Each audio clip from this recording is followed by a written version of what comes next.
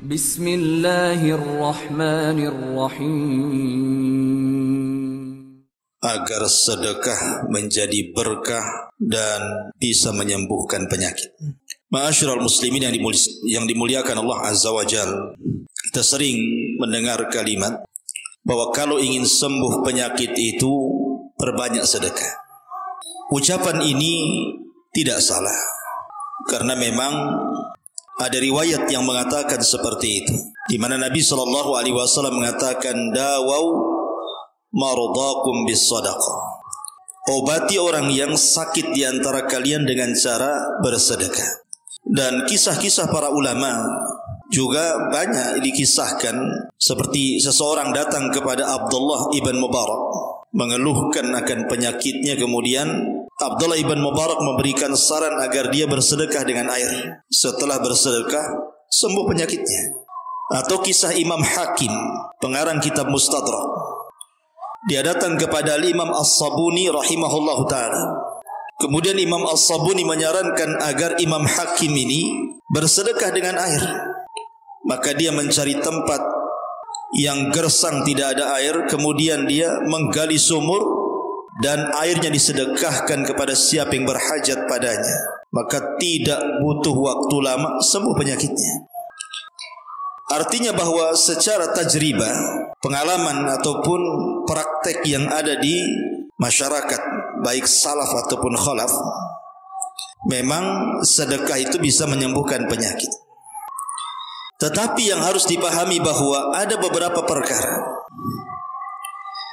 yang perkara ini harus ada pada setiap orang yang berniat sedekah untuk menyembuhkan penyakitnya. Sebab kalau tidak dilakukan beberapa perkara ini, 6 atau 7 perkara ini, maka percuma sedekahnya. Maksudnya bukan percuma, tapi tidak ada pengaruh kepada penyakit yang Anda sedang obati dengan sedekah itu.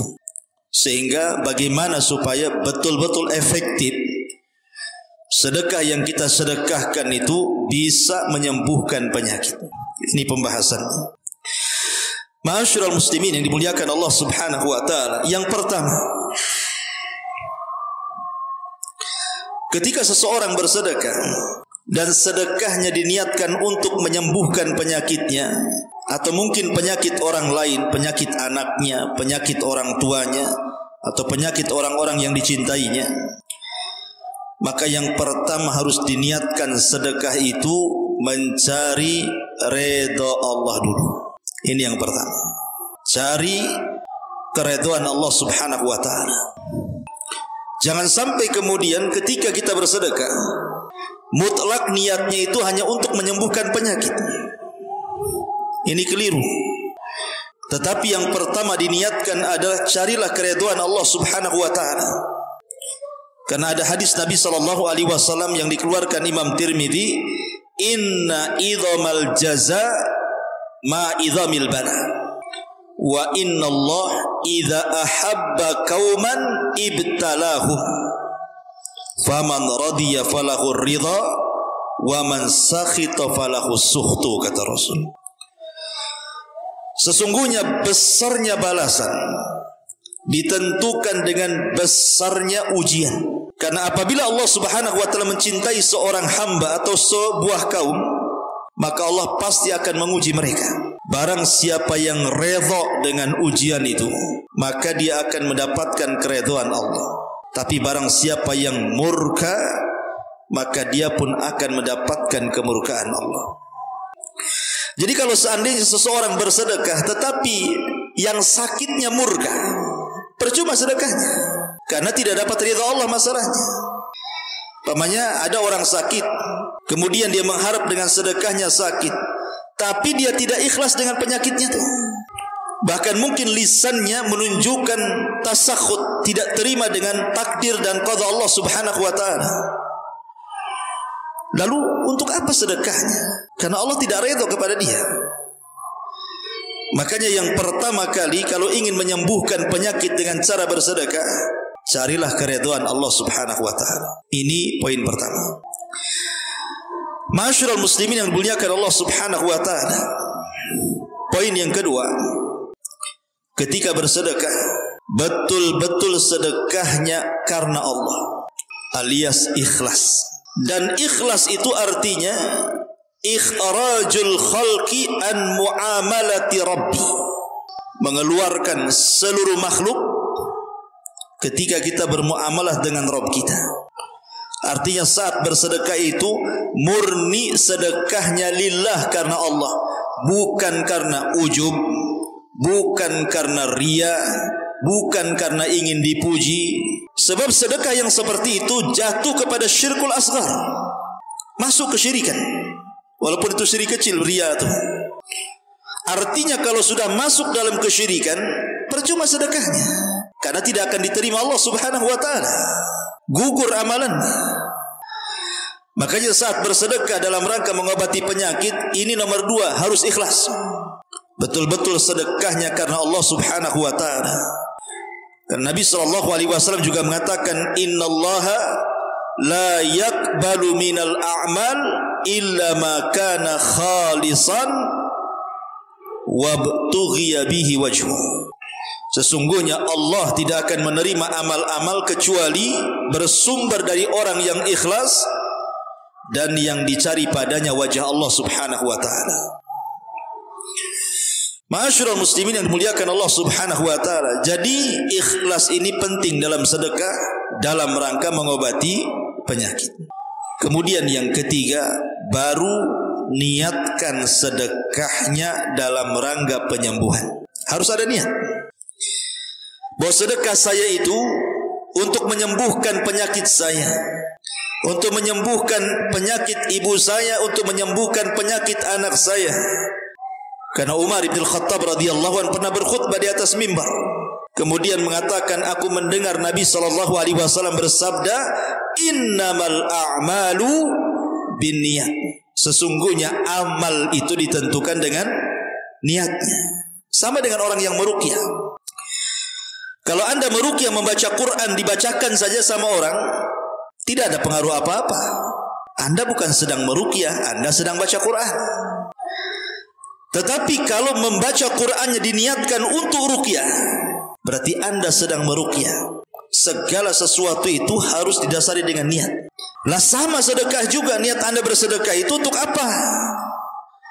Oh, untuk menyembuhkan penyakit. Berarti sedekahnya akan membawa pengaruh. Karena Nabi SAW mengatakan, innamal a'malu binniyat. Amal itu ditentukan dengan niat. Ini yang ketiga. Yang keempat, harta yang disedekahkan itu harus harta yang baik. Harta yang disedekahkan itu harus harta yang baik. Kenapa demikian? Dalam hadis Muslim dari Abu Hurairah radhiyallahu an, Nabi SAW bersabda, innallaha tayyibun la yaqbalu illa tayyiban. Sesungguhnya Allah itu baik, tidak menerima kecuali yang baik-baik. Artinya kalau kemudian sedekah yang disedekahkan itu dari harta yang haram, apa Allah akan menerima? Tidak akan menerima. Karena harta haram itu tidak baik, dan Allah tidak menerima kecuali yang baik-baik. Berarti kalau kita hendak bersedekah dalam rangka menyembuhkan penyakit, berarti harta yang disedekahkan itu murni harta yang baik, yang diperoleh dengan cara halal. Dan juga barang yang disedekahkan atau makanan yang disedekahkan itu harus makanan yang baik, tidak membahayakan. Selain halal juga baik.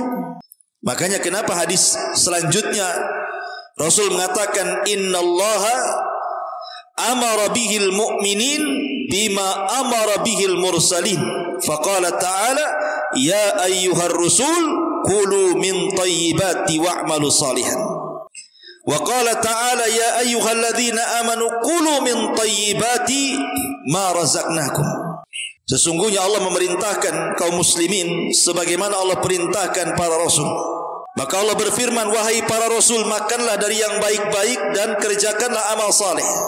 Dan Allah juga berfirman, wahai orang-orang yang beriman, makanlah dari yang baik-baik yang kami rizkikan kepada kalian. Maka yang keempat, yang disedekahkan harus yang baik-baik dan halal, supaya sedekahnya diterima. Ini Yang keempat, yang kelima, saat bersedekah dalam rangka niat untuk menyembuhkan penyakit itu, jangan bersedekah karena coba-coba. Cobalah. Siapa tahu kalau saya sedekah penyakit saya sembuh, penyakit anak saya sembuh, penyakit ibu saya sembuh. Jangan coba-coba. Ibadah itu bukan coba-coba. Kita itu menyembah Tuhan yang yakin, maka harus disembah dengan keyakinan. Tuhan kita itu wujudnya ada, kita yakin adanya Allah yang menciptakan kita, yang mengatur kita, yang menghidupkan kita dan matikan kita. Masa kita kemudian menyembah Allah dengan cara ragu-ragu, dengan cara coba-coba? Harus yakin bahwa sedekah itu bisa menyembuhkan penyakit.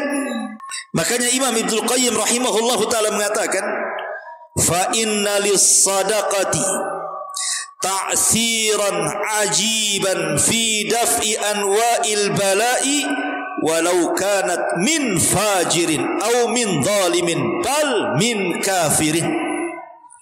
Fa inna Allah yadfa'u biha anhu anwa'an minal bala' wa hadha amrun ma'lumun indan nasi khassatuhum wa ammatuhum wa ahlul ardi kulluhum mukirruna bihi li'annahum jarrabuhu. Lihat kata-kata Imam Ibnul Qayyim. Kata Imam Ibnul Qayyim rahimahullahu ta'ala, sesungguhnya dalam sedekah itu ada pengaruh yang luar biasa ajib ketika menghilangkan berbagai macam ujian. Walaupun sedekah itu datang dari orang fajir, walaupun sedekah itu datang dari orang zalim, walaupun sedekah itu datang dari orang kafir, tetap membawa pengaruh sedekah itu. Karena Allah subhanahu wa ta'ala sudah banyak menghilangkan dengan sedekah berbagai macam bencana dan ujian. Dan ini perkara yang maklum diketahui di tengah-tengah manusia, baik orang khususnya atau orang umumnya. Bahkan seluruh bumi pun mengakui bahwa sedekah itu pengaruhnya besar ketika mengangkat bencana. Lihat orang-orang kafir, orang-orang Yahudi, Nasrani, mereka bersedekah. Orang-orang musyrik pun mereka bersedekah karena yakin sedekah itu membawa pengaruh. Nah, kalau orang-orang kafir, mereka yakin bahwa sedekah itu membawa pengaruh di dalam mengangkat sebuah bencana. Lu kita pula orang Islam tidak yakin sehingga kemudian coba-coba pula. Coba dulu kita. Kalau sembuh lanjut, kalau tak sembuh tak lanjut katanya. Gimana? Ya, sedekahnya jangan main coba-coba. Ini yang keenam, yang ketujuh, yang keenam. Tiba-tiba ketika sudah bersedekah, sudah dia sumbang fakir miskin, sudah dia sumbang anak-anak yatim, sudah dia sumbang masjid-masjid, bahkan dia sumbang pesantren-pesantren, yayasan-yayasan dan begitu seterusnya. Kok nampaknya makin parah nih sakitnya nih. Orang tua malah dibawa ke UGD pula. Ini sudah banyak saya sedekah sana sini, kok tak ada pengaruh katanya. Berhenti sajalah. Berhenti karena tidak ada pengaruh kepada penyakit. Ini bagian daripada ragu akan kekuasaan Allah. Berarti dia nggak yakin. Harus yakin. Ya, tidak boleh dihentikan. Buat apa saya sedekah? Nggak sembuh-sembuh juga. Berarti kan niat sedekahnya itu kan murni karena dirinya, bukan karena Allah. Itu jatuh ke tidak ikhlasan nanti jatuhnya. Maka tidak boleh seseorang itu tiba-tiba menghentikan sedekahnya gara-gara tidak ada pengaruh untuk kesembuhan penyakitnya. Orang itu harus yakin, tidak boleh ragu dengan kekuasaan Allah Azza wa Jalla. Allah kalau mau bisa menyembuhkan seketika. Allah juga kalau mau bisa mematikan seketika. Allah itu ala kulli syai'in qadir. Lihat di zaman dulu ada seorang laki-laki yang tidak ada satupun dosa kecuali dilakukan dia. Sampai dalam riwayat itu asrafa ala nafsi. Betul-betul tidak bawa dosa satupun. Enggak bawa pahala sedikit pun karena dia habiskan seumur hidupnya berbuat dosa. Saat menjelang ajalnya, ketakutan dia. Karena ketakutan kemudian dia kumpulkan anak-anaknya. Kemudian dia mengatakan, "Idza ana mittu fa ahrikuni." Kalau aku mati, bakar jasadku. Kemudian abuku letakkan di bagian mana di lautan yang ada di bumi ini. Kau letakkan lautan sana, kau letakkan lautan sini. Jangan satu lautan. Kemudian dia mengatakan, fa wallah la in qadarallah alayya la yu'adzibanni adzaban ma 'adzabahu ahadun minal alamin, katanya. Sebab kalau Allah Subhanahu wa taala bisa membangkitkan aku, tentu Allah akan mengazab aku dengan azab yang tidak pernah dilakukan kepada siapapun di alam semesta ini.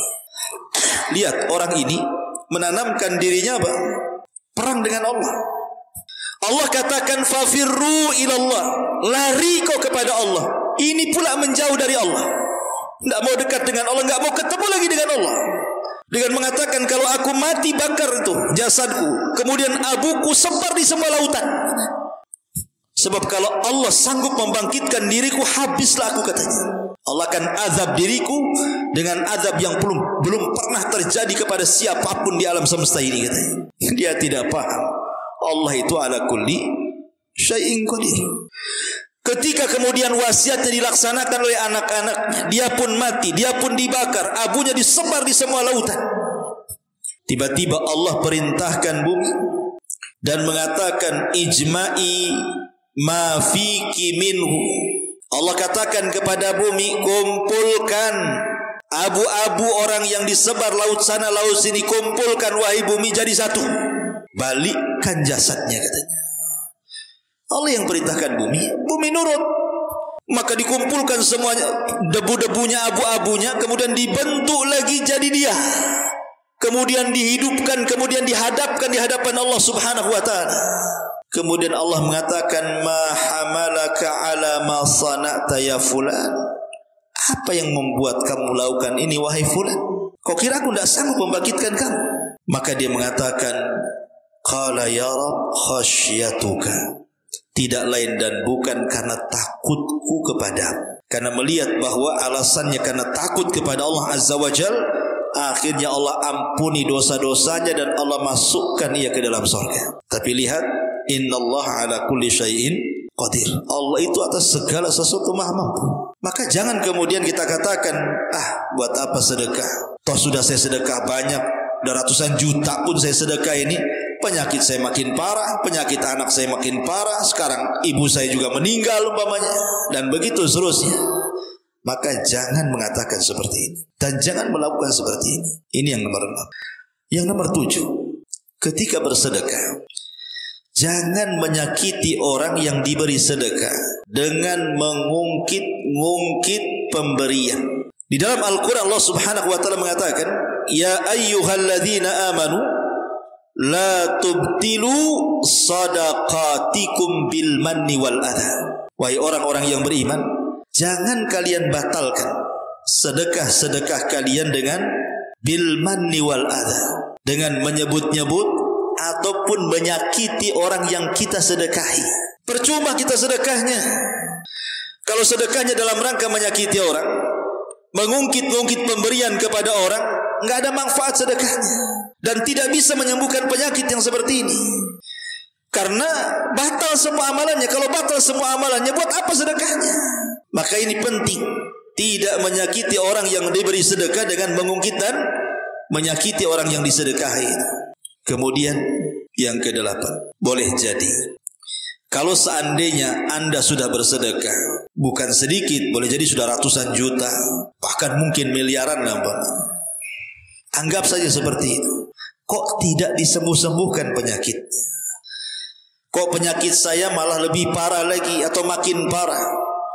Anak saya makin parah sakitnya, orang tua saya makin parah. Saya sudah berusaha bersedekah, kok tak sembuh-sembuh pun. Ingat, ada 3 perkara yang harus Anda pahami.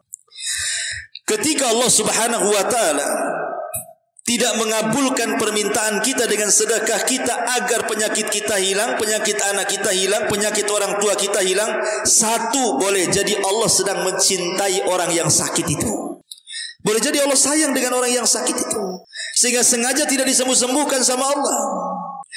2, boleh jadi mungkin yang sakit itu banyak dosa. Mungkin dia banyak dosa, diperpanjanglah sakitnya supaya dosa-dosanya digugurkan, sehingga ketika dia lama sakit kemudian sembuh, sudah tak punya dosa lagi dia. atau Allah sedang mengangkat derajatnya dan mempersiapkan tempatnya yang baik di sorga sana. Kita tidak tahu.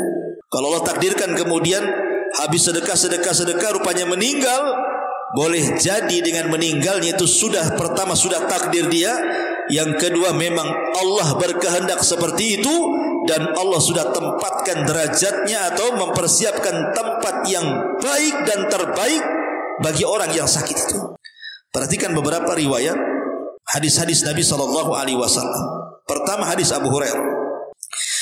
Nabi SAW mengatakan, ma yazalul bala bil mu'mini wal mu'minati fi nafsihi wa waladihi wa malihi hatta yalqallah wa ma alaihi khatiyah. Akan senantiasa al-bala, ujian itu dengan seorang mukmin ataupun kepada mukmin perempuan dan laki-laki. Baik ujian itu mengenai dirinya, diuji kesehatannya, atau mungkin ujian itu kepada anaknya, dibuat sakit anaknya, ataupun wamali kepada hartanya, dibangkrutkan usahanya. Akan senantiasa manusia itu diberikan 3 ujian itu, mungkin kepada diri kita, kepada anak kita, kepada usaha kita, sampai betul-betul dia berjumpa dengan Allah dan dia tidak memiliki sedikit pun kesalahan di hadapan Allah. Makanya kata ulama salaf mengatakan, laula masaibud dunya lawaridnal qiyamata mafalis, kata. Kalau bukan karena musibah-musibah dunia, tentu kita akan menghadap Allah menjadi manusia-manusia bangkrut, tak punya pahala. Kalau bukan karena musibah, tentu kita akan menghadap Allah itu menjadi orang bangkrut.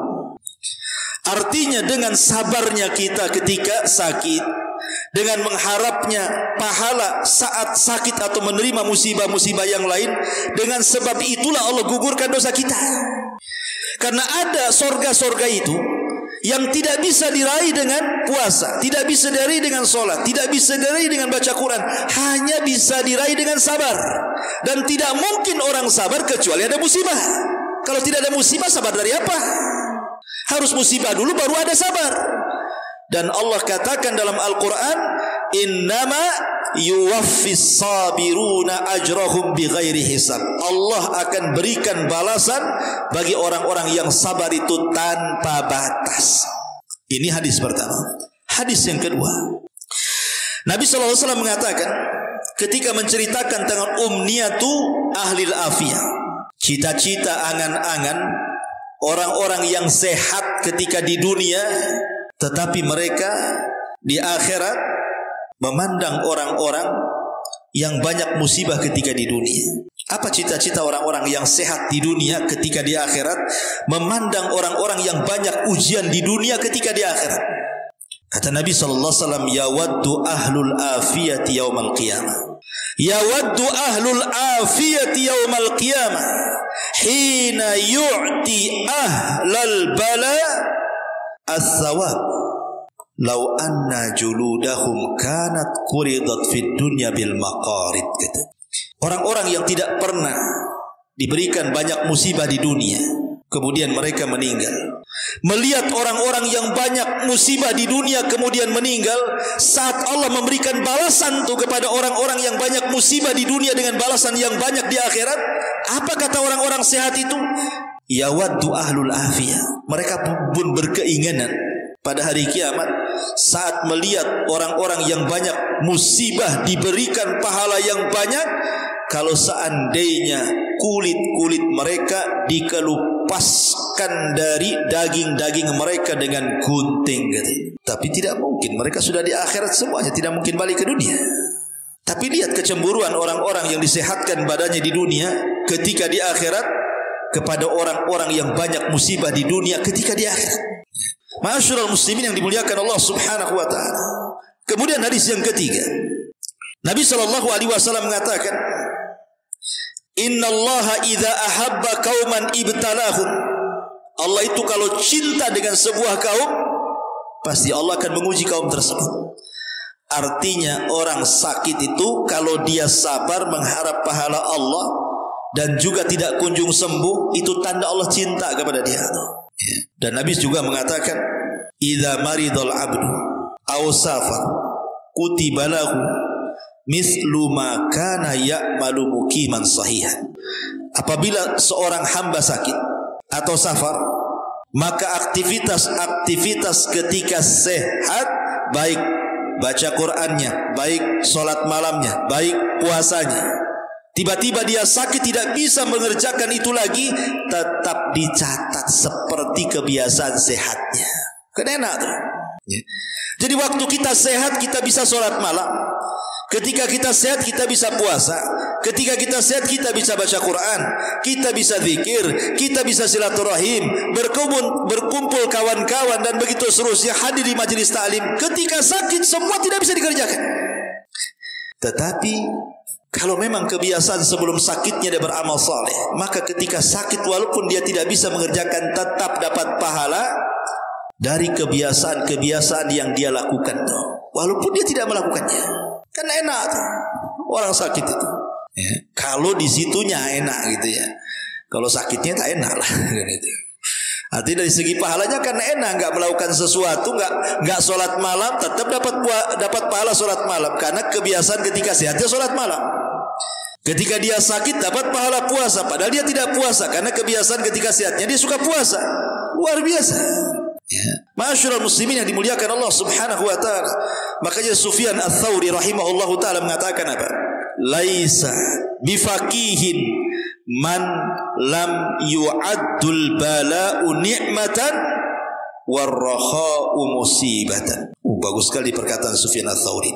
Kata dia bilang apa? Laisa bifaqih. Bukanlah orang itu dikatakan cerdas. Tidaklah orang itu dikatakan cerdas. Berarti kan kebalikan cerdas ya bodoh berarti. Ya.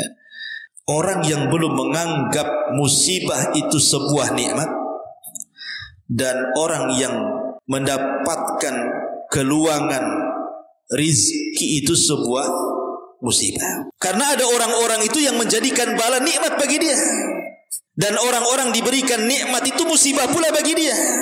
Contoh umpamanya kisah siapa? Abu Ubaidah bin Jarrah. Dikirim uang banyak-banyak sama Umar bin Khattab, 1000 dinar. Ketika sampai di rumahnya dia mengatakan inna lillahi wa inna ilaihi rajiun. Kata istrinya, apakah Umar bin Khattab meninggal? Katanya. Kenapa kau istirja? Katanya. Kata Abu Ubaidah, enggak, Amirul Mukminin tidak meninggal. Justru aku mendapatkan musibah yang lebih besar daripada meninggalnya Amirul Mukminin. Kata istrinya, apa itu? Tengok uang banyak ini katanya. Kata Abu Ubaidah, kalau begitu sumbangkan semuanya. Maka oleh istri disumbangkan semuanya kecuali dengan tinggal 2 dinar. Kata Abu Ubaidah, 2 dinar ambil tuh. Dari 1000 dinar tuh dalam satu hari itu disumbangkan semuanya kecuali hanya mengambil 2 dinar. Dilempar ke istrinya, ambil tuh tinggal 2 dinar. Ada orang-orang yang ketika diberikan nikmat itu jadi musibah bagi dia. Dan ada orang-orang yang ketika diberikan musibah itu nikmat pula bagi dia. Contohnya siapa? Urwah ibn Zubair. Urwah ibn Zubair ini di kakinya punya penyakit, mungkin semacam gula lah. Kan harus dipotong kan. Banyak kan orang-orang punya penyakit diabetes itu kan kadang-kadang sampai diamputasi. Jadi Urwah itu punya penyakit yang mungkin semacam diabetes atau apalah gitu. Yang jelas kaki satunya harus dipotong, diamputasi. Orang ini mengatakan, ya Urwah, karena zaman itu kan belum ada obat bius, ya kan? Ditawari apa? Khamr. Minum khamr ini wahai Urwah, supaya saat ku potong kakimu tak terasa, katanya. Kau lagi mabok katanya gitu. Kata Urwah, kalau saya mabok, tiba-tiba kau potong tuh kakiku, aku mati. Celaka aku mati saat mabuk katanya. Nggak mau aku katanya. Dia bilang kan itu. Lalu gimana wahai Urwah? Ini sakit masalahnya. Tak masalah sakit. Tunggu aku ambil wudu. Saat aku sholat 2 rakaat, kau potong kakiku. Sebab kalau aku mati saat kau potong, aku mati sedang sholat katanya. Luar biasa ulama dulu itu.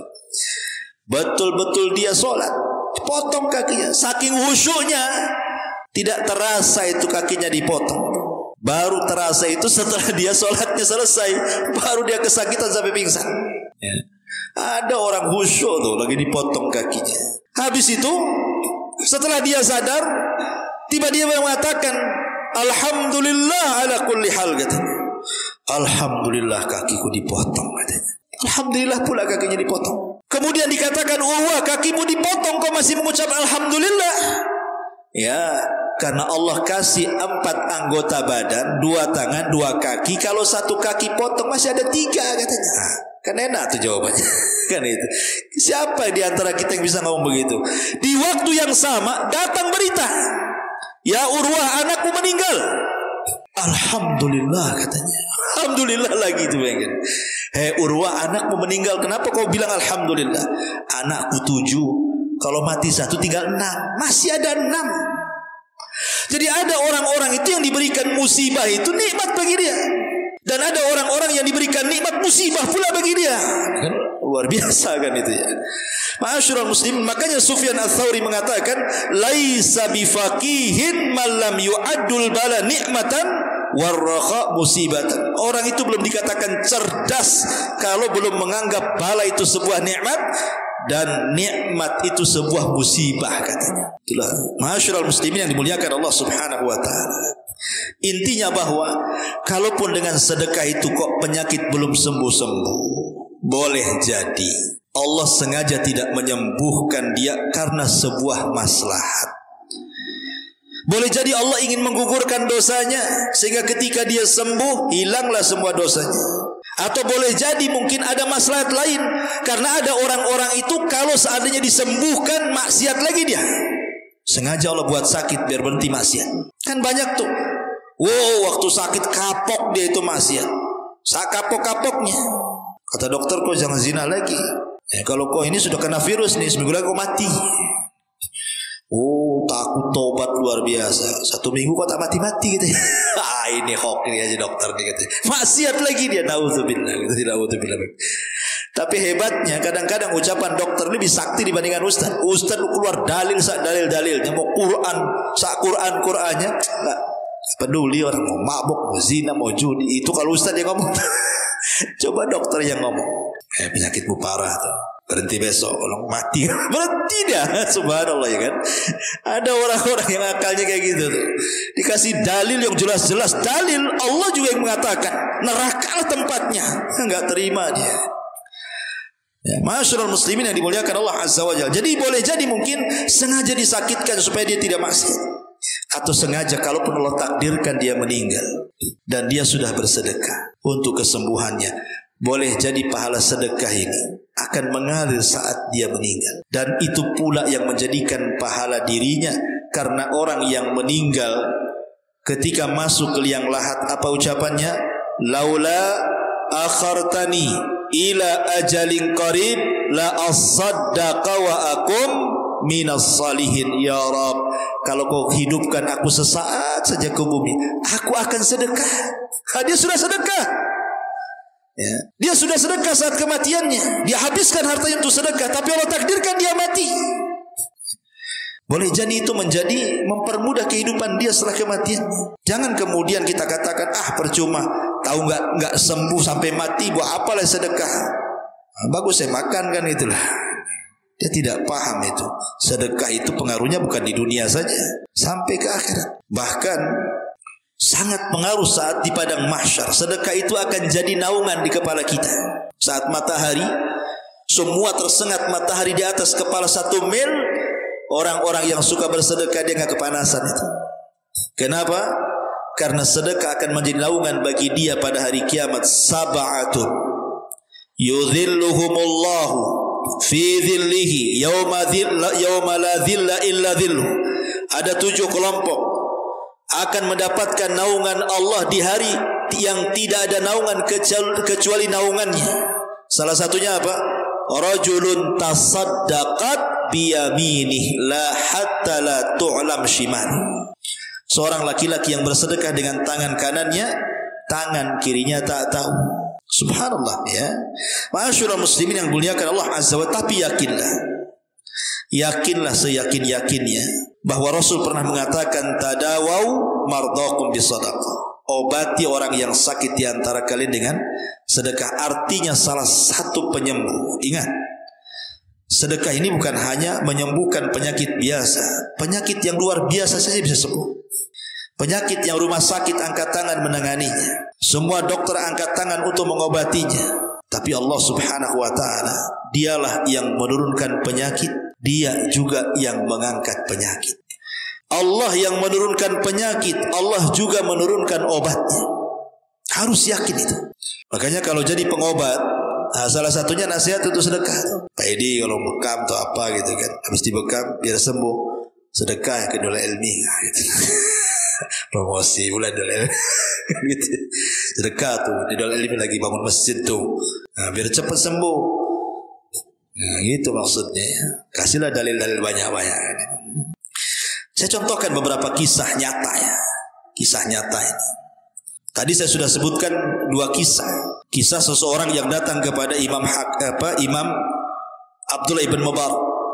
Kemudian orang ini punya penyakit, kata Abdullah ibn Mubarak, sedekahlah dengan air, tiba-tiba sembuh penyakitnya dengan izin Allah. Kemudian juga kisah Imam Hakim, pengeluar hadis, karyanya Mustadrak Imam Hakim. Kalau kita baca hadis rawahu Hakim, telah meriwayatkan Hakim kan itu. Dia pernah sakit, kemudian datang kepada Imam As-Sabuni. Kata Imam Sabuni, sedekah dengan air sembuh penyakitnya. Atau contohnya, akimatun tasaddaqat farazaqahallahu bitau amaini. Ada kisah, ada seorang wanita mandul. Dia bersedekah, hamil langsung sekali lahir kembar. Luar biasa ya. Dan itu dijelaskan oleh seorang syekh bercerita, ada seorang wanita, dia bertempat di Saudi, negara Saudi sana ya. Dia mengatakan seperti itu, bahwa istriku diponis mandul.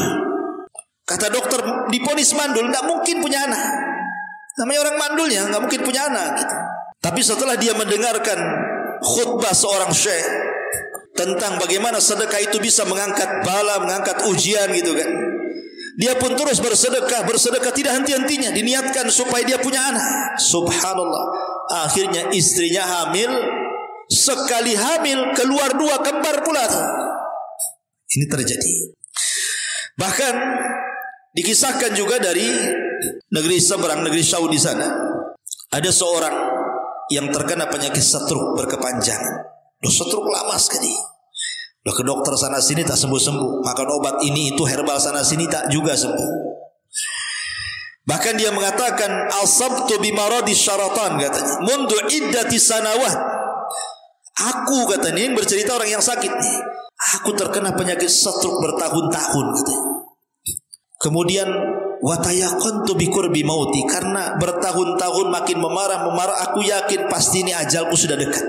Saking lamanya penyakit stroke itu, dia menganggap bahwa ajalnya sudah dekat. Wa kuntu anfaqu malan alal yatama. Aku pun berusaha menginfakkan hartaku kepada anak-anak yatim. Ya tentu dengan syarat-syarat yang tadi saya jelaskan ya. Mencari ridha, ikhlas, diniatkan dan begitu seterusnya yang sudah saya jelaskan. Kemudian dia mengatakan wa kullu ma anfaqtuhu alaihim aradahullahu li mudha'afan.